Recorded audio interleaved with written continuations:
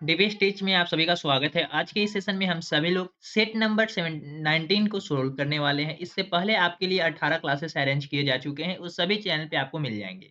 और साथ में जो लोग इस वीडियो को प्लेलिस्ट में देख रहे हैं, तो आप प्लेलिस्ट को फॉलो कर लीजिएगा और साथ में जो लोग इस वीडियो को अपने प्ले स्टोर से डाउनलोड किए हुए एप्लीकेशन डीवीएस टीच पे देख रहे हैं, तो आप डीवीएस मोबाइल एप्लीकेशन से कोई भी कोर्सेज़ लेना चाहते हैं, तो आप एनरोल कर सकते हैं।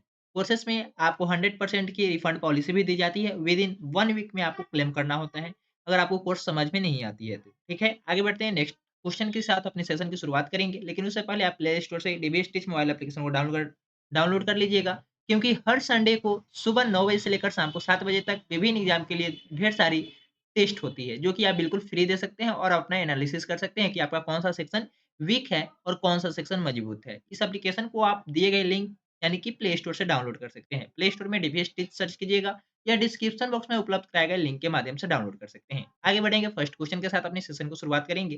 फर्स्ट क्वेश्चन आपके सेशन के लिए काफ़ी इंपॉर्टेंट है और आपके सेटेड एग्जाम में निश्चित रूप से आएँगे ही आएँगे। और इस टाइप के ही क्वेश्चन आपके एग्जाम में आते हैं 15 कंटेंट में। मैं ऐसे ही नहीं लिखा हूँ कि मैथ कंटेंट सेक्शन में 15/15 यानी कि 15 में 15 मैं खुद लाया हूँ, फिर आपको भी दिलाने की कोशिश करूँगा, क्योंकि मैंने भी सीटेट क्वालिफाइड किया और कैसे क्वालिफाइड किया है, उसके बारे में अगर आप इस सेशन में जुड़े रहते हैं तो आपको जानकारी मिल जाएगी। और साथ में आप बेस्ट टीचर से पढ़ेंगे तो आपको हो सकता है कि आपके एग्जाम में बेस्ट बेस्ट नंबर आए।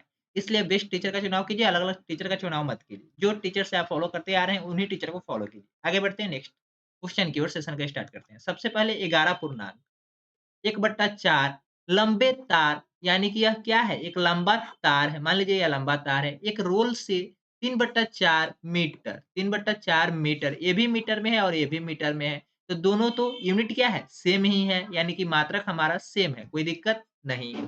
लंबे तार के कितने टुकड़े बनाए जा सकते हैं? यानी कि कहता क्या है? 11 पूर्णांक 1/4 को 3/4 से डिवाइड करने पर क्या आएगा? यही तो हमारा आंसर निकलेगा। तो चलिए सबसे पहले 11 पूर्णांक 1/4 को जब आप पूर्णांक से बट्टा में चेंज करेंगे तो क्या होगा? इसको चेंज करेंगे तो यहाँ पे तो 4 ही रहेगा। 11 गुना 4 प्लस 1 तिरछा गुना ऊपर वाला जोड़ देते हैं। यही ना करते हैं? हाँ, बिल्कुल करते हैं। तो 11 चौका 44 प्लस 1 45 हो जाएगा और बट्टा में 4 यानी कि 45 बटा क्या हो गया? 4 हो गया। और कहता है कि इतना मीटर लंबा तार को 3/4 मीटर लंबे तार कितने बनाए जा सकते हैं? कितने टुकड़े बनाए जा सकते हैं? तो 45/4 बट्टा 3/4 जब आप करेंगे तो इसका बिल्कुल सही आंसर निकल जाएगा। तो चलिए हम लोग बट्टा कर लेते हैं। तब 45 बटा तो 4 रहेगा ही रहेगा और जब नीचे वाला बाटा ऊपर में जाता है तो क्या हो जाता है? चेंज हो जाता है, यानी कि 4/3 हो जाएगा। 3 से घटाएँगे तो यह 15 मर्तबे कटेगा और यह 4 से 4 कैंसल आउट हो जाएगा। यानी कि हमारा कितना टुकड़ा बनेगा?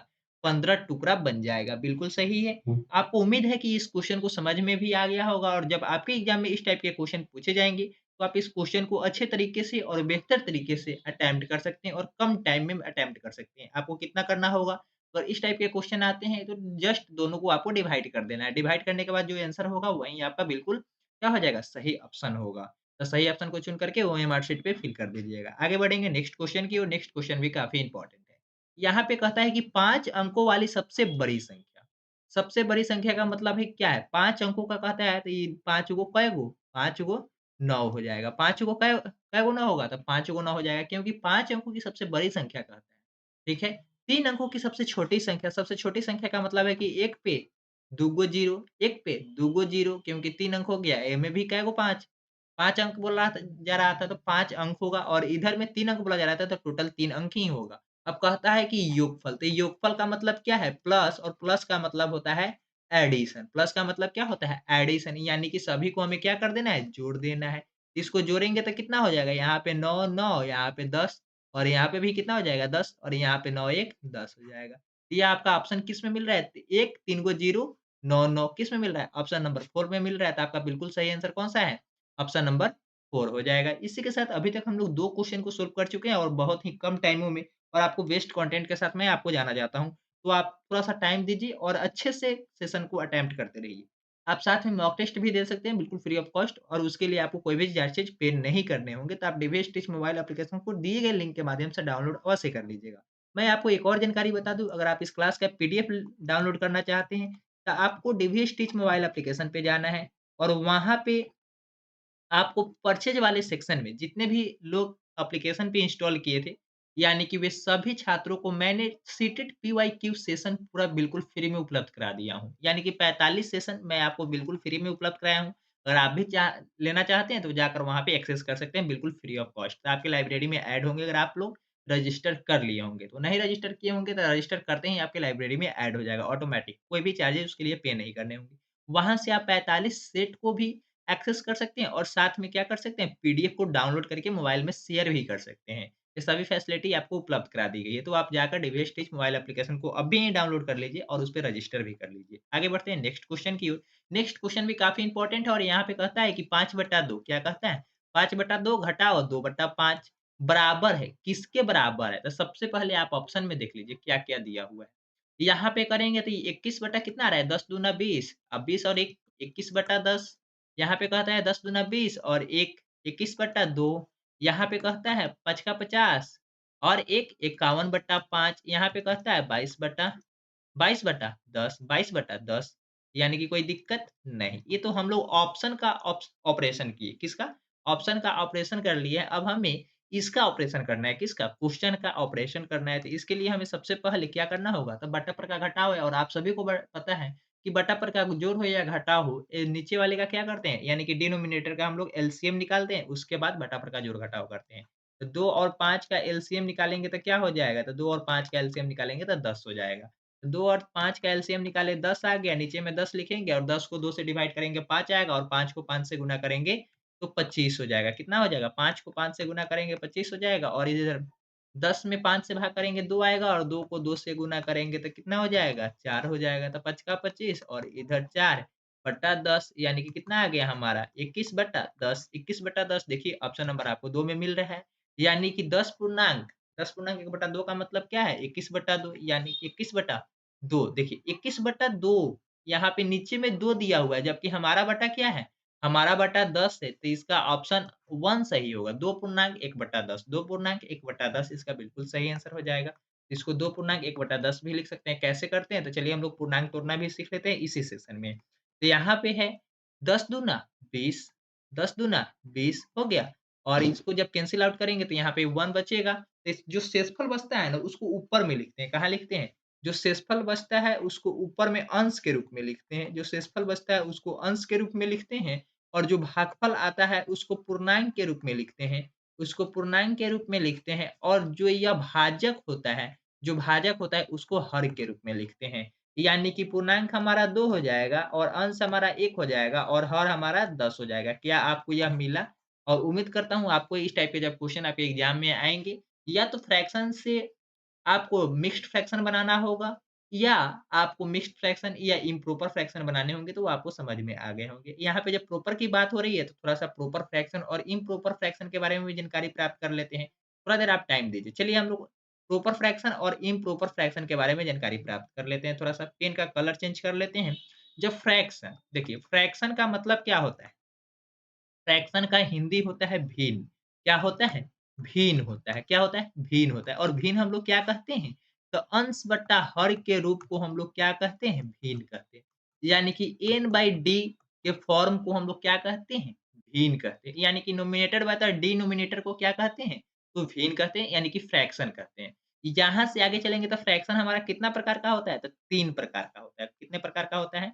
3 प्रकार का होता है। एक होता है प्रॉपर फ्रैक्शन। क्या होता है? प्रॉपर फ्रैक्शन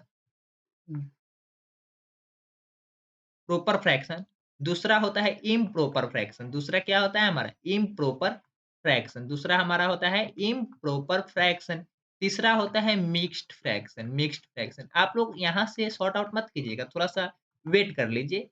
अगर आपको ये जानकारी पता है तो आप वीडियो को स्किप कर सकते हैं थोड़ी देर के लिए। लेकिन मैं चाहूँगा कि वीडियो को आप स्किप ना करके थोड़ा-सा ध्यान से देख लीजिए। प्रॉपर फ्रैक्शन का मतलब होता है कि समुचित भिन्न, यानी कि उचित भिन्न भी बोलते हैं और समुचित भिन्न भी बोलते हैं। तो यहाँ पे हम लोग उचित भिन्न इसका हिंदी भी लिख देते हैं। उचित भिन्न क्या हो जाएगा? उचित भिन्न। यहाँ पे अउचित भिन्न क्या बोलेंगे? अउचित भिन्न अउचित भिन्न। तीसरा बोलेंगे क्या मिक्स्ड फ्रैक्शन को मिश्रित भिन्न बोलते हैं क्या? मिश्रित भिन्न। क्या बोलते हैं? मिश्रित भिन्न। कोई दिक्कत? बिल्कुल भी नहीं है। हम लोग कैसे पहचानेंगे कि कौन-सा हमारा प्रॉपर फ्रैक्शन है और कौन-सा इम्प्रॉपर है और कौन-सा मिक्स्ड फ्रैक्शन है? जब यह बात हो जाएगी तो हम इसके बारे में थोड़ा-सा जानकारी प्राप्त कर लेते हैं। तो यहाँ पे आप इसको नोट पॉइंट बनाकर नोट कर लीजिएगा, काफ़ी इम्पोर्टेंट है। प्रॉपर फ्रैक्शन में अंश हमारा अंश क्या होता है? छोटा होता है, किससे? हर से। जबकि जब यही इम्प्रॉपर फ्रैक्शन में होता है, तो क्या होता है? हर हमारा क्या होता है? अंश से बड़ा होता है, यानी कि हमारा अंश क्या होता है? 12 होता है, किससे? हर से। और जब यहाँ पे हो, तो यहाँ पे हमारा प्रॉपर फ्रैक्शन भी मिलता है। प्रॉपर फ्रैक्शन भी मिलता है और इम्प्रॉपर फ्रैक्शन भी मिलता है। प्रॉपर फ्रैक्शन भी मिलता है और इम्प्रॉपर फ्रैक्शन भी मिलता है। चलिए इसका कुछ एग्ज़ाम्पल भी हम लोग लिख लेते हैं। तो इधर हम लोग एग्ज़ाम्पल देख लेते हैं।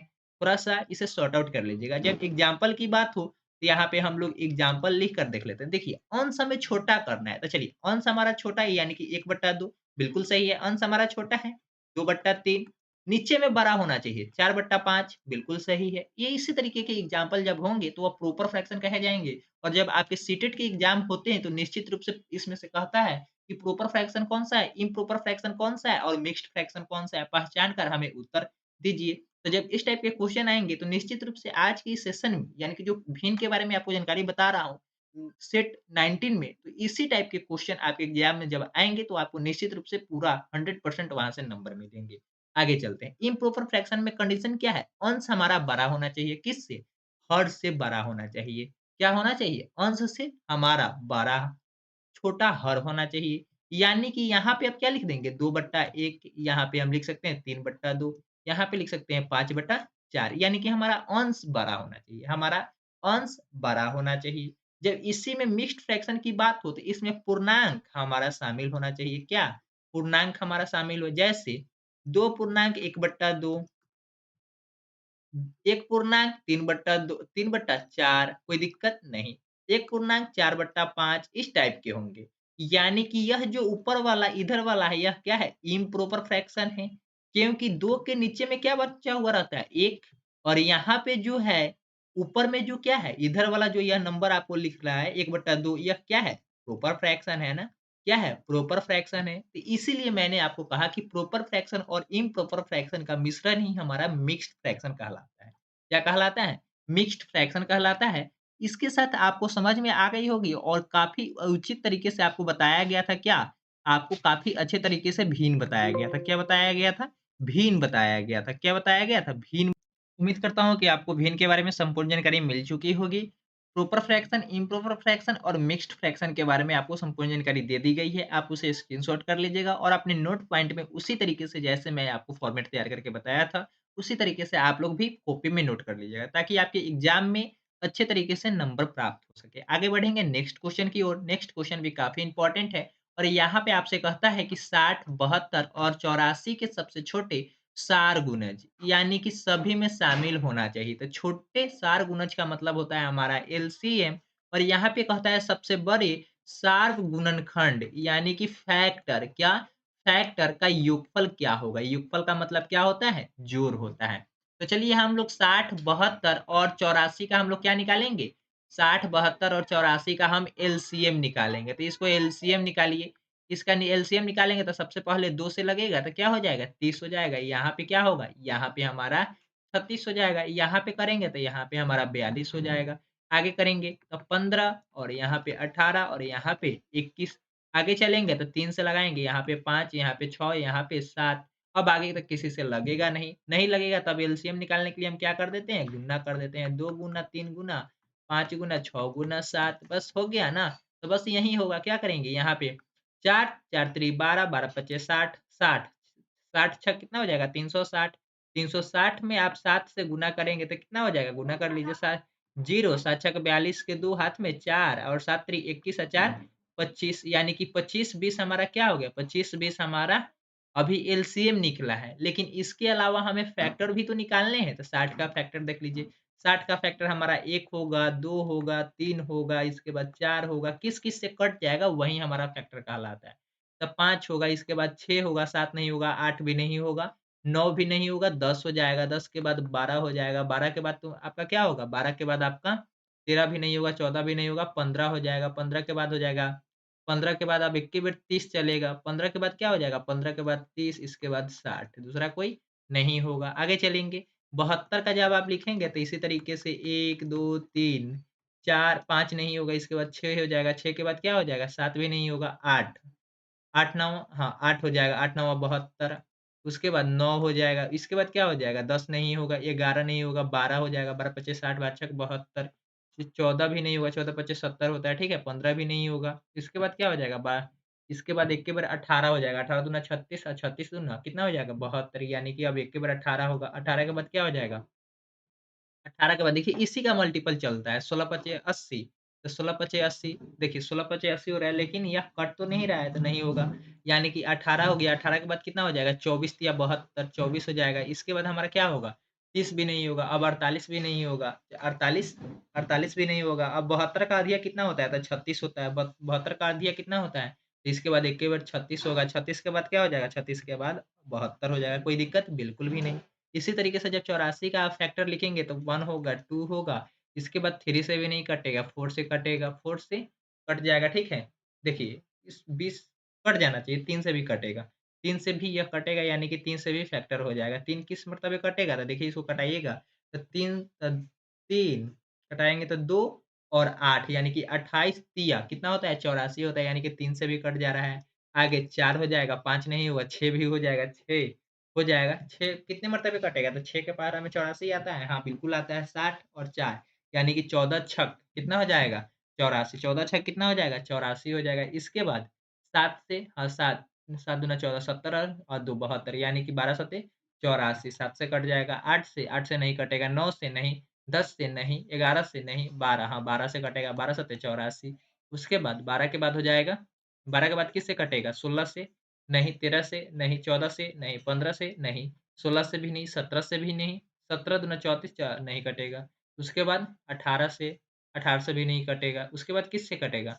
इसके बाद हमारा 24, इसका अधिया कितना होता है? इसका अधिया हमारा 22, यहाँ पे अधिया हो जाएगा 84 का अधिया कितना? 4 और 2 42 हो जाएगा, लेकिन इससे पहले यह 21 से भी कटेगा, 21 से कट जाएगा। इसके बाद हमारा किस चीज़ से? 24 से कटेगा क्या? 24 से, 24 दूना 48 नहीं कटेगा, 24 से भी नहीं कटेगा, 23 से भी नहीं कटेगा, 25 से भी नहीं कटेगा, 26 से भी नहीं कटेगा। 26 से नहीं कटेगा तो क्या करेंगे हम? इसका 42 लिखेंगे, 42 के बाद हमारा 84 हो जाएगा। तब योगफल कहता है सार गुणज का, यानी कि जो सार गुणज फैक्टर है ना, जो सबसे बड़ा फैक्टर जो सभी में शामिल है, तो सबसे बड़ा फैक्टर इसमें क्या मिला आपको? सबसे बड़ा जो फैक्टर है वह क्या मिला? देखिए इसमें 12 है आपको, 1 3 1 2 3 इसमें भी मिल रहा है, 1 2 3 इसमें मिल रहा है, 4 इसमें भी मिल रहा है, 4 इसमें भी मिल रहा है, 4 इसमें भी मिल रहा है। इसमें 6 है, इसमें भी 6 है, इसमें भी 6 है। इसमें 10 है, इसमें 10 नहीं है, इसमें 7 नहीं है। यहाँ पे 9 है, यहाँ पे 12 है, यहाँ पे 12 है और यहाँ पे भी 12 है, यानी कि अभी तक का सबसे हाईएस्ट 12 मिला हुआ है। 12 से 12 थोड़ा देखिए 15 है, लेकिन यहाँ पे 18 है और यहाँ पे 21 है। अब आगे मिलने की कोई चांस ही नहीं, 15 दूना 30 और 60 हो गया, इधर 18, 24, 36, 72 यहाँ पे भी नहीं है, यानी कि सबसे बड़ा हमारा फैक्टर क्या मिल रहा है? 12 हमारा सबसे बड़ा फैक्टर मिल रहा है। सबसे बड़ा कौन-सा मिल रहा है? 12 मिल रहा है, तो 25, 20 में हमें क्या करना है?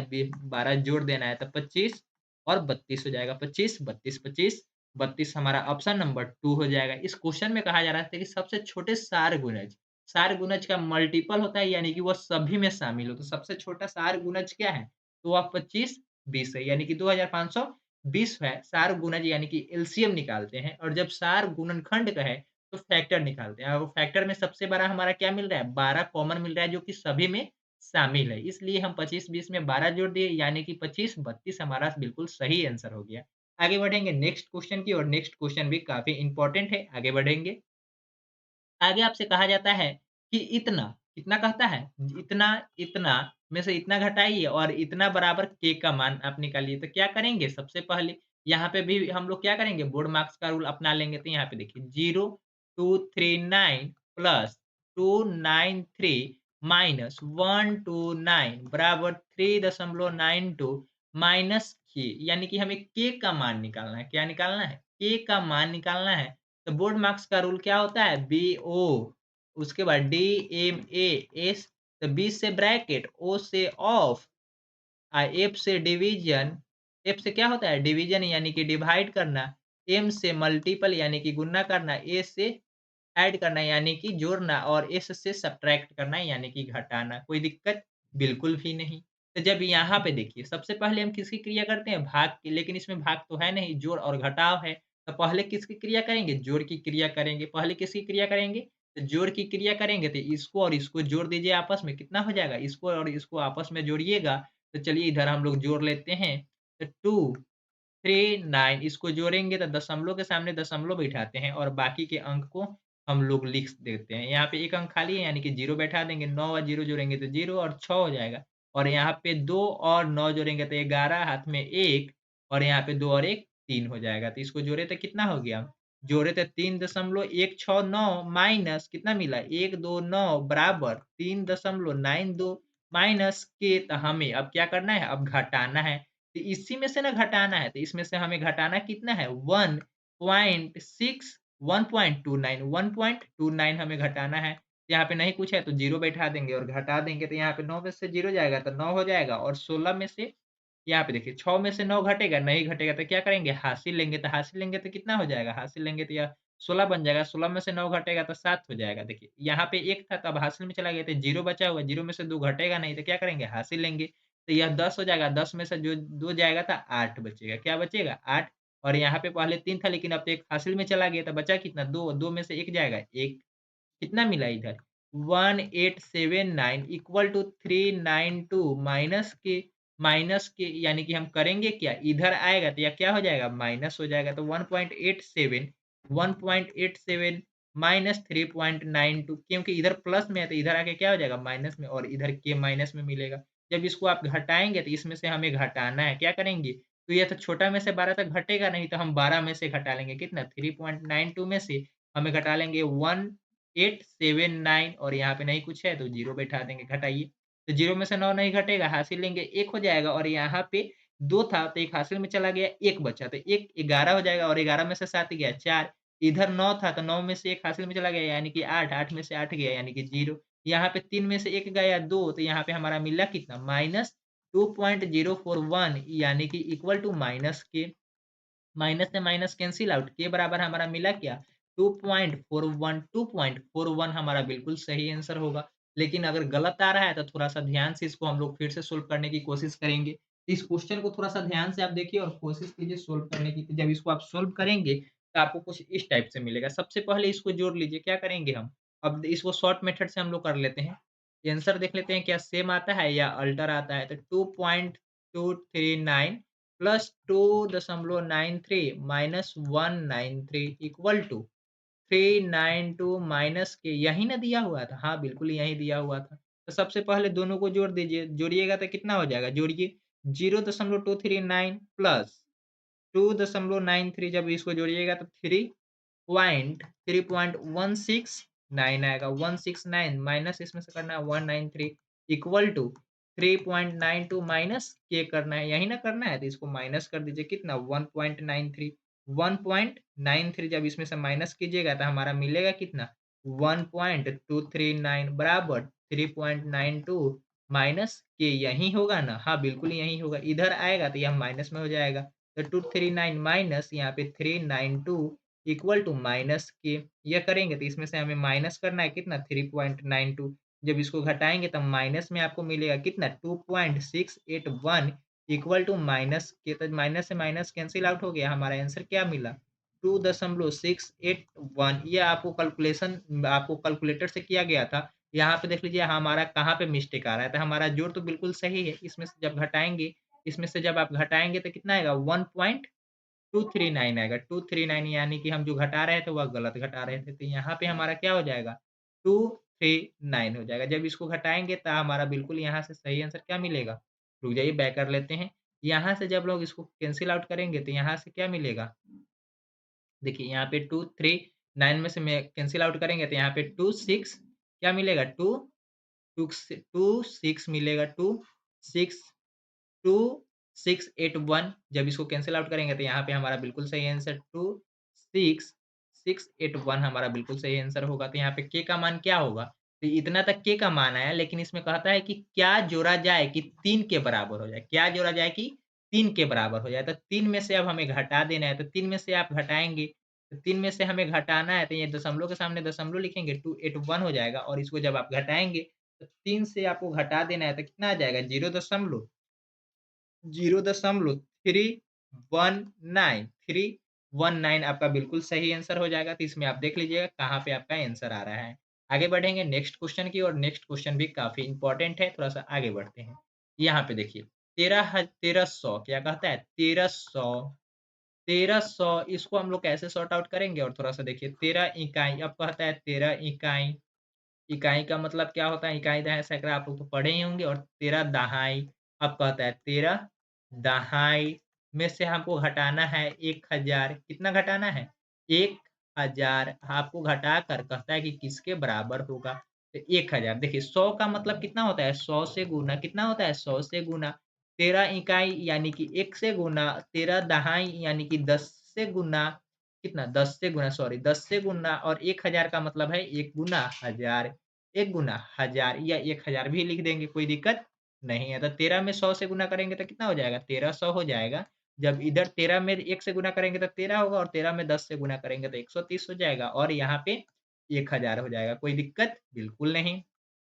इसको जोड़िए, जब इसको जोड़िएगा तो इधर 1300 है, 1300 में 130 जोड़िएगा तो 1430 हो जाएगा और 1430 में 13 जोड़िएगा तो कितना हो जाएगा? 1430 में 13 जोड़िएगा तो 1443 मिलेगा। 1443 में से 1000 माइनस करेंगे तो कितना मिलेगा? 1000 माइनस करेंगे तो 443 मिलेगा, यानी कि आपका ऑप्शन नंबर कौन-सा सही है? आपका ऑप्शन नंबर 3 सही है। यहाँ पे 100 का मतलब कितना है? इकाई का मतलब कितना है? दहाई का मतलब कितना है? अगर ये आपको पता होता इसका बिल्कुल सही आंसर आप निकाल लेते। आगे बढ़ेंगे नेक्स्ट क्वेश्चन की ओर। नेक्स्ट क्वेश्चन काफ़ी इंपॉर्टेंट है और आपको एक जानकारी और बता दूँ, अगर आप चाहते हैं इस क्लास का पीडीएफ डाउनलोड करना, तो पीडीएफ आपको डीवीएस टीच मोबाइल एप्लीकेशन पे बिल्कुल फ्री ऑफ कॉस्ट मिल जाएँगे और साथ में सीटेट जो पीवाईक्यू क्वेश्चन पेपर है, वो भी बिल्कुल फ्री मिलेंगे और इसके अलावा मैं आपको बता दूँ उसका सभी का सॉल्यूशन भी पीवाईक्यू बिल्कुल फ्री ऑफ कॉस्ट मिल जाएँगे। तो आप अभी डीवीएस टीच मोबाइल एप्लीकेशन को डाउनलोड कर लीजिए और मोबाइल से उसे एक्सेस कर लीजिए। आगे बढ़ेंगे नेक्स्ट क्वेश्चन की ओर। नेक्स्ट क्वेश्चन भी काफ़ी इंपॉर्टेंट है। यहाँ पे कहता है किस विद्यालय में 28 कमरे हैं? कितने कमरे हैं? 28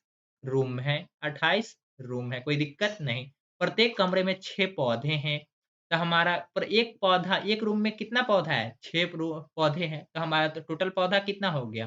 तो यहाँ पे हम लिख लेते हैं नंबर ऑफ ट्री लिख लेते हैं, तो कितना करेंगे? 28 गुना 6 यह हमारा क्या हो जाएगा? ट्री निकल जाएगा।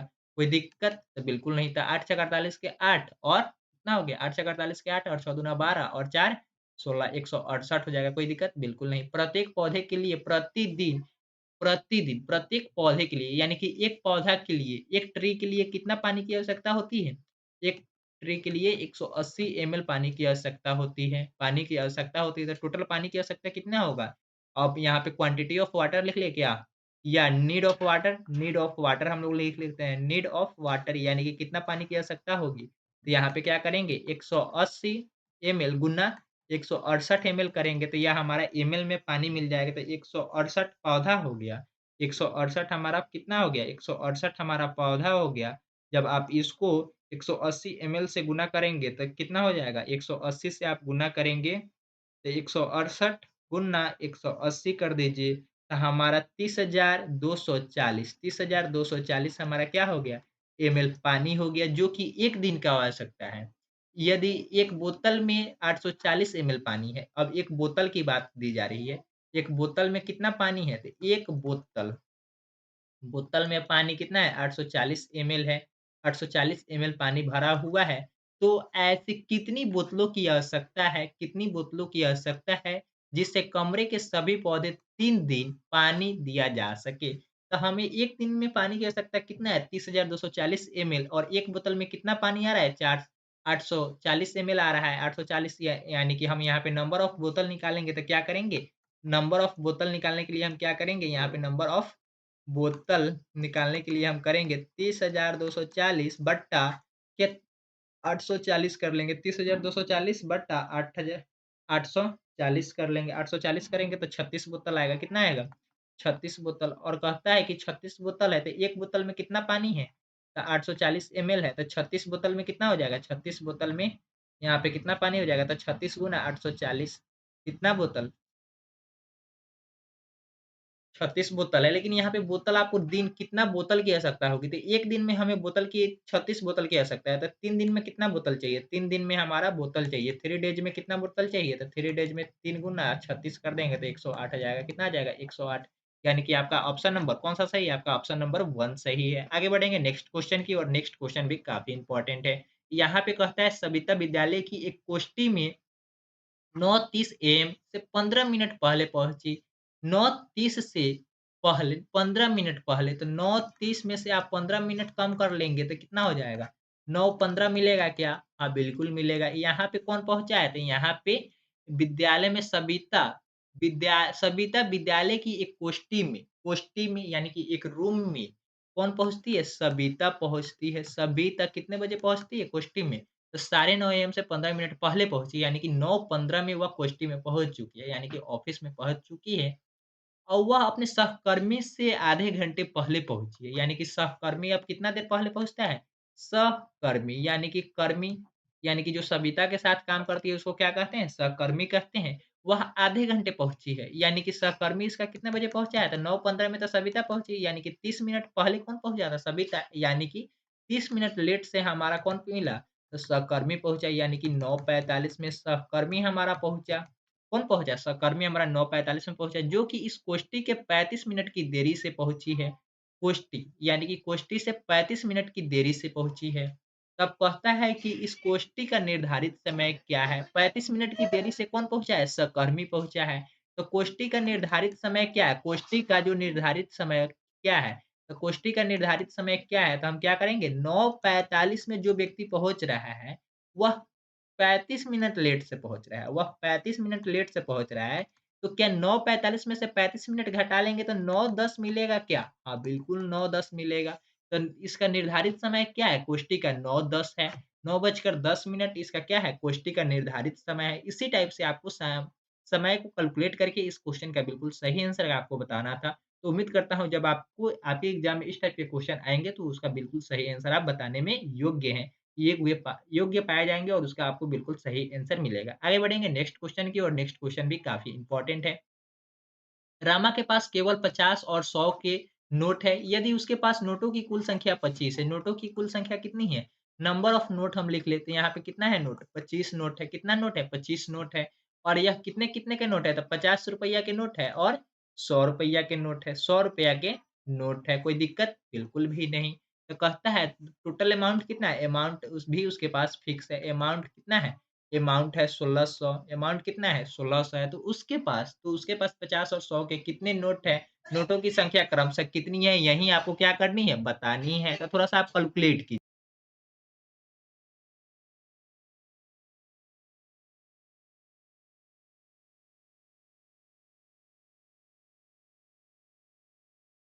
यहाँ पे आपको दिया गया है नोटों की कुल संख्या कितनी है? 25 है, तो थोड़ा-सा आप इसको कैलकुलेट कीजिए। सभी नोट को आप काउंट कर रहे हैं तो कितना आ रहा है? 25 आ रहा है, तो इसके आधार पे तो आप कैंसल आउट कर नहीं सकते हैं। तो इसके आधार पे जब कैंसल आउट नहीं होगा, तो हम अभी क्या करना होगा हमें? अब इसको कैलकुलेट करना होगा। क्रमशः का मतलब होता है कि 50 नोट का 10 नोट है और 100 का 15 नोट है। तो 100 का 15 नोट, इसको आप जब कैलकुलेट करेंगे तो 50 गुना 10 यानी कि 500 और प्लस 15 गुना 100 यानी कि 1500। तो ये कितना हो जा रहा है? ये तो 2000 हो जा रहा है, तो क्या यह 1600 के बराबर हुआ? नहीं, क्योंकि अमाउंट तो 1600 ही है। यह गलत हो जाएगा, यह क्या हो जाएगा? गलत हो जाएगा। जब आगे सॉल्व करेंगे तो 15 पचे 75 यानी कि कितना हो गया? 750 और 100 का 10 नोट है यानी कि ₹1000 यह 1750 हो जाएगा। कितना हो जाएगा? 1750 यानी कि ये भी गलत। आगे करेंगे तब 20 का बे प 50 का 20 नोट है यानी कि ₹1000 कितना हो जाएगा? ₹1000 और 5 का 100 नोट है यानी कि ₹500 कोई दिक्कत नहीं। तो ये हमारा 1500 हो जाएगा। जब 3 ऑप्शन गलत होते हैं तो चौथा ऑप्शन आपका बिल्कुल सही होता है। नहीं विश्वास है तो इसको कैलकुलेट कर लीजिए। तो 18 नोट है ₹50 का, तो ₹900 तो ये हो गया। और 7 नोट है ₹100 का, तो ₹700 ये हो गया। जब इसको आप जोड़ेंगे तो ₹1600 आएगा, जो कि ध अमाउंट के बराबर आ रहा है, यानी कि हमारा बिल्कुल सही आंसर कौन-सा है? हमारा ऑप्शन नंबर बिल्कुल सही है। आगे बढ़ेंगे नेक्स्ट क्वेश्चन की ओर, नेक्स्ट क्वेश्चन भी काफ़ी इम्पोर्टेंट है, थोड़ा-सा ध्यान से देखने की आवश्यकता है। यहाँ पे कहता है 6.75 मीटर लंबे तथा 4.5 मीटर 5 मीटर चौड़े फर्श को 45 सेंटीमीटर क्या कहता है 45 सेंटीमीटर वर्गाकार टाइल से पूरी तरह ढकने के लिए आवश्यक टाइलों की संख्या आपको बतानी है। तो क्या करना होगा? यहाँ पे वर्ग का क्षेत्रफल निकालना होगा और यह जो फर्श है, तो फर्श हमारा किस आकार का होता है? आयत आकार का होता है। किस आकार का होता है? आयत आकार का। तो क्या यही है 6.65 और यह आपका चौड़ाई है 4.5 मीटर। कोई दिक्कत? बिल्कुल भी नहीं। जब दिक्कत नहीं है तो हम क्या कर सकते हैं? यहाँ पे करेंगे क्या? आयत का क्षेत्रफल तो लंबाई गुना चौड़ाई, आयत का क्षेत्रफल यानी कि एरिया जब आप निकालेंगे फर्श का तो क्या हो जाएगा? एलबी हो जाएगा। कोई दिक्कत नहीं। तो यहाँ पे हमें गुना कर लेंगे 6.5 गुना यहाँ पे थोड़ा-सा आगे-पीछे लिख लिए थे, तो कोई बात नहीं है। यहाँ पे 6.75 गुना 4.5 जब इसको आप गुना करेंगे तो 6.75 गुना और 4.5 करेंगे तो इसका बिल्कुल सही आंसर क्या आ जाएगा? 30.375 आप गुना कर लीजिएगा इतना ही आएगा, कोई दिक्कत नहीं है। यह आएगा एरिया तो किस चीज़ में? मीटर में होगा। लेकिन यहाँ पे कहता है कि वर्ग यानी कि वर्ग की चारों भुजाएँ क्या होती है? बराबर होती है। तो वर्ग का जब आप एरिया निकालेंगे तो क्या हो जाएगा? साइड स्क्वायर क्या होगा? साइड स्क्वायर हो जाएगा। क्या हो जाएगा? साइड स्क्वायर यानी कि यहाँ पे क्या होगा? साइड स्क्वायर का मतलब क्या है? तो साइड स्क्वायर का मतलब है कि 45 का स्क्वायर। तो जब आप 45 का स्क्वायर निकालिएगा तो क्या हो जाएगा? 20-25 हो जाएगा। कितना हो जाएगा? 20-25 हो जाएगा। कैसे होता है? तो स्क्वायर निकालने का भी मैं आपको तरीका बता देता हूँ। इसमें अगले नंबर से गुना कर दीजिए और यहाँ पे इसका स्क्वायर लिख दीजिए। तो 5 का स्क्वायर 25 हो गया और 4 को एक आगे वाले नंबर से गुना कर देंगे तो कितना हो जाएगा? 5 हो जाएगा। तो इसको 5 से गुना कर दीजिए।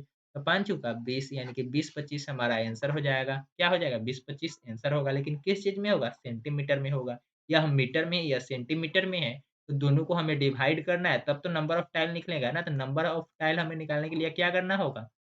नंबर ऑफ टाइल निकालने के लिए हमें 30 मीटर 350 सेंटीमीटर को हमें मीटर में चेंज कर सेंटीमीटर में चेंज करना होगा और नीचे में यह सेंटीमीटर में है, तो हम इस सेंटीमीटर में ही चेंज कर लेते हैं। तो सेंटीमीटर में चेंज करने के लिए 100 से गुना करना पड़ता है। तो जब आप इसको कटाएँगे तो कितना हो जाएगा? कटाइए इसको। जब आप इसको गुना कर लीजिएगा तो 2 अंक के बाद दशमलव बैठ जाएगा यानी कि 30, 37, 5 हो जाएगा या यहाँ पे आपका दशमलव बैठेगा और यहाँ पे 20 25 से डिवाइड करेंगे तो नंबर ऑफ हमें टाइल निकल जाएगा। तो नंबर ऑफ टाइल हमारा कितना निकलेगा? नंबर ऑफ टाइल हमारा कितना निकलेगा? तो थोड़ा-सा गुना कर लीजिए और आगे हमें डिवाइड करना है। आगे हमें क्या करना है? डिवाइड करना है। कितना से डिवाइड करना है? तो 20-25 से हमें डिवाइड करना है। 20-25 से डिवाइड करना है तो डिवाइड कर लीजिए। 20-25 से आप डिवाइड कीजिएगा तो 1.5 आएगा। 1.5 का मतलब है हमारा 150 आएगा। कितना आ जाएगा? 150 टाइलों की आवश्यकता पड़ेगी। यहाँ पे बिल्कुल सही आंसर आपका ऑप्शन नंबर 3 हो जाएगा। आगे बढ़ेंगे नेक्स्ट क्वेश्चन की ओर। नेक्स्ट क्वेश्चन भी काफ़ी इंपॉर्टेंट है। यहाँ पे कहता है कि निम्न में से किस में डिग्रियों की संख्या 440 से 25 अधिक है? 440 से 25 अधिक है यानी कि कितना है? 465 है क्योंकि 440 में 25 जोड़ देंगे तो 465 हो जाएगा। तो 5 और 1 तिहाई समकोण में 5 और 1 तिहाई समकोण में यानी कि 5 का मतलब है 5 गुना यहाँ पे देखिए, इसका मतलब तो आप समझ ही गए हैं कितना है? इसका मतलब हमारा है 465 तो 5 समकोण, तो इसको गुना करेंगे तो यह हो जाएगा और 1 तिहाई का मतलब है 1/3 गुना 90 तो इसको जब आप कैलकुलेट करेंगे तो यहाँ पे 30 मिलेगा और इधर 9 पचे 45 साढ़े 400 और इधर 30 कितना मिल गया आपको? 480 मिल गया। 465 के बराबर है? तो बिल्कुल नहीं है। यह क्या हो जाएगा? ऑप्शन नंबर 4 गलत हो जाएगा। आगे चलेंगे, आगे जब सोल्व करेंगे तो 5 स्क्वायर और 2 तिहाई, क्या कहता है 5 समकोण तो 90 और यहाँ पे 2 तिहाई यानी कि 90 इसको जब सॉर्ट आउट करेंगे तो यहाँ पे 30 से कटेगा तो इधर 5 9 पचे 45 450 और इधर 60 इसको करेंगे तो 510 आ जाएगा। क्या यह बराबर है? तो नहीं यानी कि ऑप्शन नंबर आपका 2 भी गलत है। आगे कहता है कि 5 समकोण का मतलब 400 और 1 आधा मतलब 1 आधा 1 आधे 1 आधे का मतलब क्या है? 1/2 समकोणी यानी कि 90 तो यह 45 हो जाएगा। यह क्या हो जाएगा? 45 हो जाएगा और यहाँ पे 9 पचे 45 प्लस 45 मतलब कितना हो जाएगा? 495 जब 4 में से 3 ऑप्शन गलत होते हैं तो चौथा ऑप्शन आपका बिल्कुल सही होता है। तो इससे आप क्या कर लेंगे? कैलकुलेट कर लेंगे और ऐसे भी यही ऑप्शन है। तो 5 समकोण का मतलब है 5 गुना 90 प्लस 1 छठांश यानी कि 1/6 का 90 तो इसको जब आप कैंसल आउट करेंगे तो यह 15 से कट जाएगा। कितना से कटेगा? 15 से कटेगा तो 9 पचे 45 यानी कि 450 और 15 जोड़ देंगे तो कितना मिलेगा? 465 मिल जाएगा, यानी कि आपका बिल्कुल सही ऑप्शन आपका कौन-सा है? क्या ऑप्शन नंबर 4 है। आगे बढ़ेंगे नेक्स्ट क्वेश्चन की ओर। नेक्स्ट क्वेश्चन भी काफ़ी इंपॉर्टेंट है। इस क्वेश्चन को आपको एचडब्ल्यू में दिया जाता है। और आज के लिए इतना ही। हम लोग फिर से नेक्स्ट क्वेश्चन नेक्स्ट सेशन में मिलेंगे सेट नंबर 20 नंबर लेकर। सेट नंबर कितना? 20 लेकर हम लोग कल के सेशन में शामिल होंगे, यानी कि शुक्रवार को। और यह सेशन काफ़ी इंपॉर्टेंट होगी। इस सेशन में आप लोग निश्चित रूप से बने रहेंगे और जुड़े रहेंगे। आगे नेक्स्ट सेशन आपको मिलेगी कब? नेक्स्ट सेशन नेक्स्ट डे यानी कि फ्राइडे को मिलेगी और बहुत ही इम्पोर्टेंट सेशन है। इस सेट से ही आपको कम से कम आपके एग्ज़ाम में 5 से 7 नंबर के क्वेश्चन हूबहू क्वेश्चन मिल जाएँगे। 5 से 7 नंबर के क्वेश्चन आपको हूबहू मिलेंगे, यानी कि 5 से 7 क्वेश्चन मिल जाएँगे। तो इस सेट को आप निश्चित रूप से अवश्य रूप से देखिएगा और अपने सारे दोस्तों के साथ इस सेशन के बारे में बता भी दीजिएगा। और एप्लीकेशन से आप पीडीएफ को डाउनलोड कर लेंगे। एप्लीकेशन से क्या करेंगे? पीडीएफ को डाउनलोड कर लेंगे, जो कि बिल्कुल फ्री ऑफ कॉस्ट। और इसके साथ ही साथ एप्लीकेशन पे आपको सीटेट पीवाईक्यू 45 सेट बिल्कुल फ्री ऑफ कॉस्ट मिल रहे हैं। और इसके अलावा आपको प्रीवियस ईयर क्वेश्चन पेपर कहीं और खोजने की आवश्यकता नहीं है, वह डेट वाइज़ और अरेंज कर दिया गया है, सॉर्टिंग भी कर दिया गया है और आप खुद से सॉर्टिंग कर सकते हैं। वो एप्लीकेशन पे उपलब्ध है, पीवाईक्यू सेशन में जाकर आप देख सकते हैं। साथ में इसका वीडियो सॉल्यूशन भी आपको एप्लीकेशन पे ही उपलब्ध करा दिया जा रहा है, तो वो भी आप एक्सेस कर सकते हैं। आज के लिए इतना ही, फिर से मिलेंगे कल नए सेशन में। Thank you so much.